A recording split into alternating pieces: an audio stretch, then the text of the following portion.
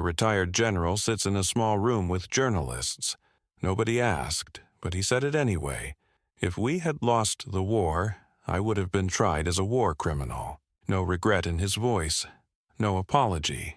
Just a cold, clean observation. The way a mathematician states an equation. This man had leveled 67 Japanese cities.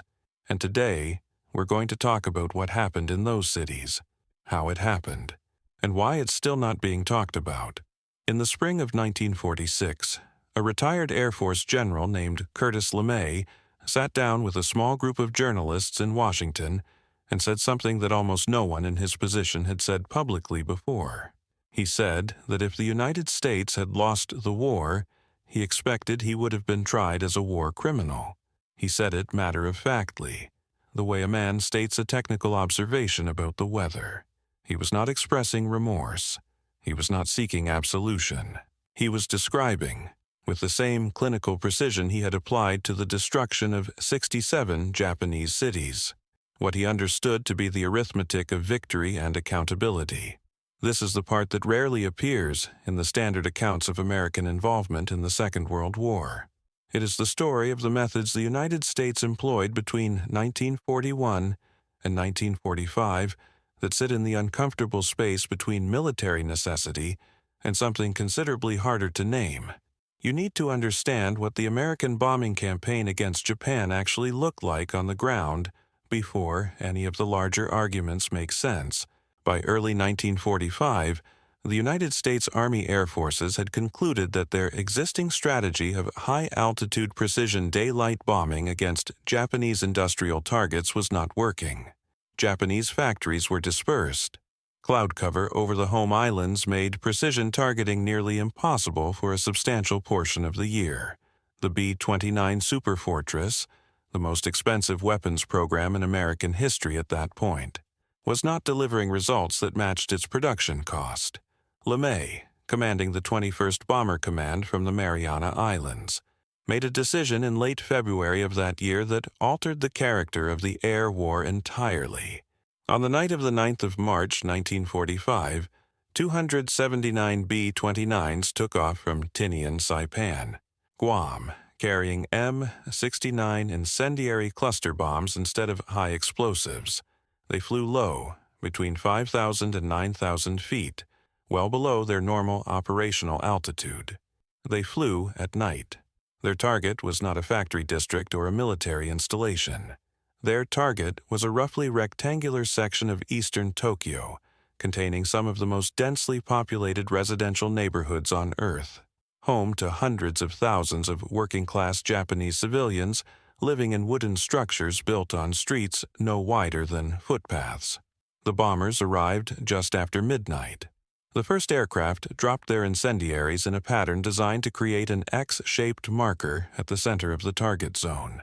Every aircraft that followed simply aimed at the fire. What happened next has been described in the records of the United States Strategic Bombing Survey, the same survey that would later interrogate Albert Speer, in the accounts of Japanese survivors collected in the years after the war. The individual fires merged within minutes into a single moving firestorm that generated its own wind system, pulling oxygen inward at velocities that made the canals of the Sumida River district boil. The heat at the center of the fire reached temperatures high enough to incinerate human beings before they could reach any shelter. Approximately 15.8 square miles of the city were destroyed in a single night. Conservative estimates from the post-war survey place the civilian death toll at a minimum of 80,000 people. Some Japanese government assessments from the period suggest the number exceeded 100,000. 1 million people were made homeless before dawn. LeMay's response to these numbers was to order the same operation repeated against Nagoya, Osaka, Kobe, then Nagoya again within the following 10 days. By mid-March, his bomber command had effectively exhausted its immediate supply of incendiary munitions and had to pause operations while resupply ships arrived from the mainland. The pause did not reflect any reconsideration of the strategy. LeMay had concluded, and the figures supported his conclusion.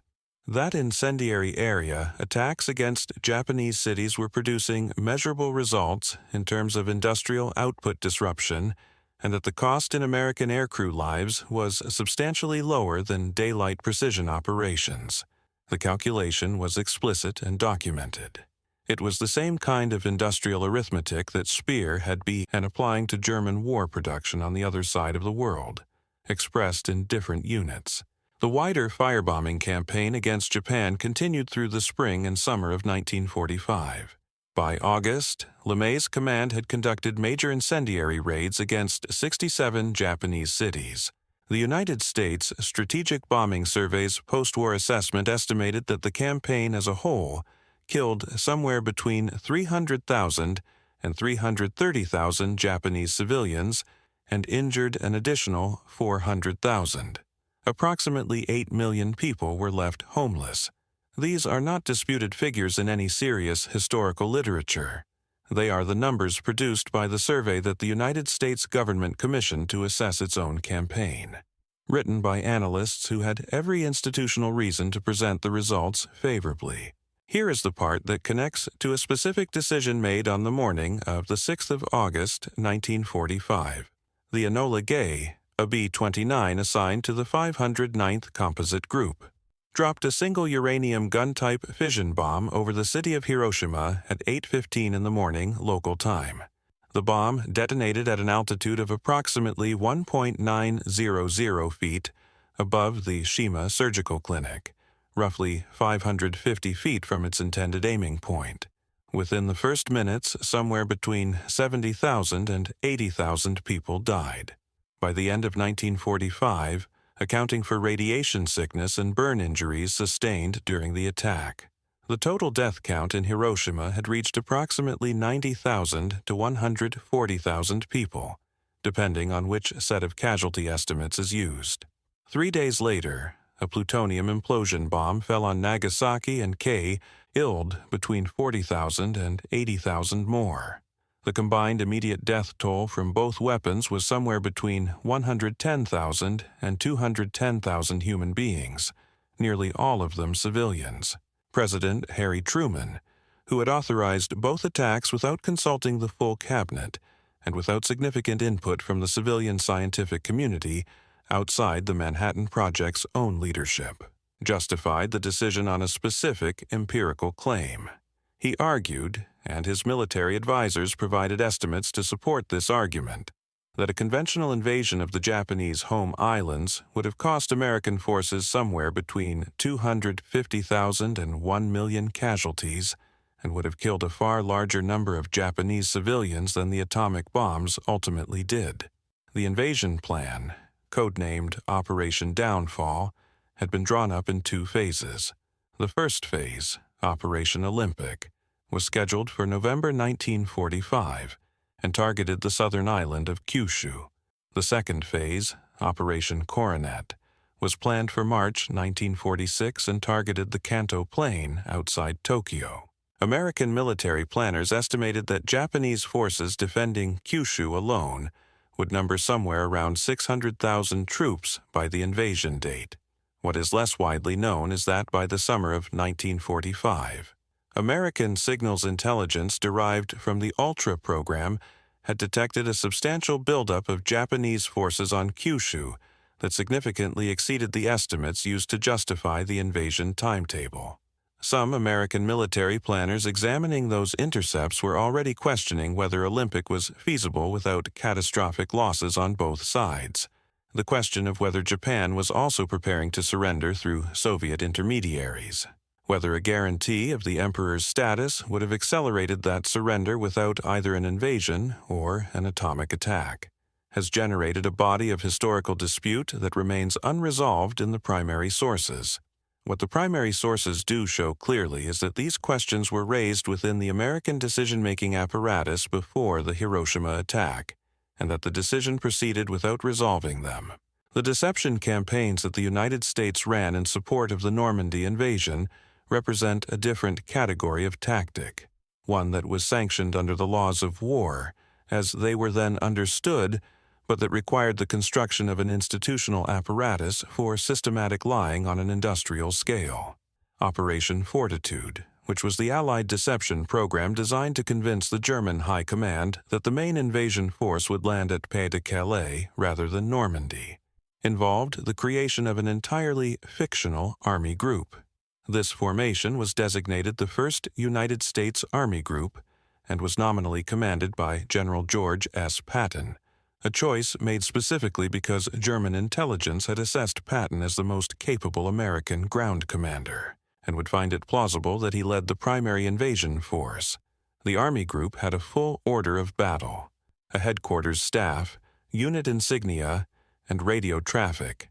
It had inflatable tanks and dummy landing craft positioned in southeastern England, where German aerial reconnaissance could photograph them. It did not have soldiers. The program worked.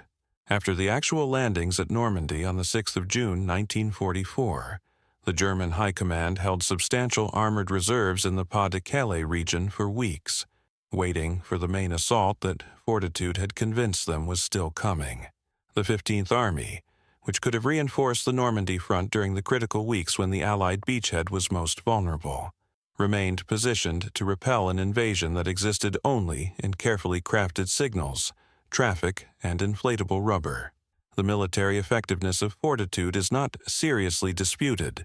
The historians who have examined the records of both sides estimate that the deception operation extended Allied operational freedom in the weeks after D-Day by a margin that is difficult to calculate precisely, but they almost certainly saved a significant number of Allied lives.